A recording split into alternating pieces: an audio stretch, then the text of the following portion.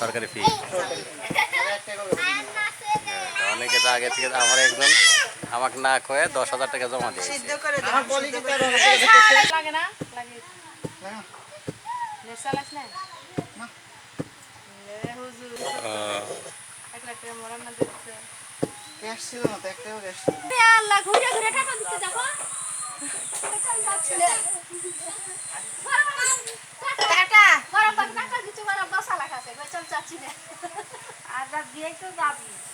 ওইদিক যাওয়ার লাগে কি করে দেখছেন?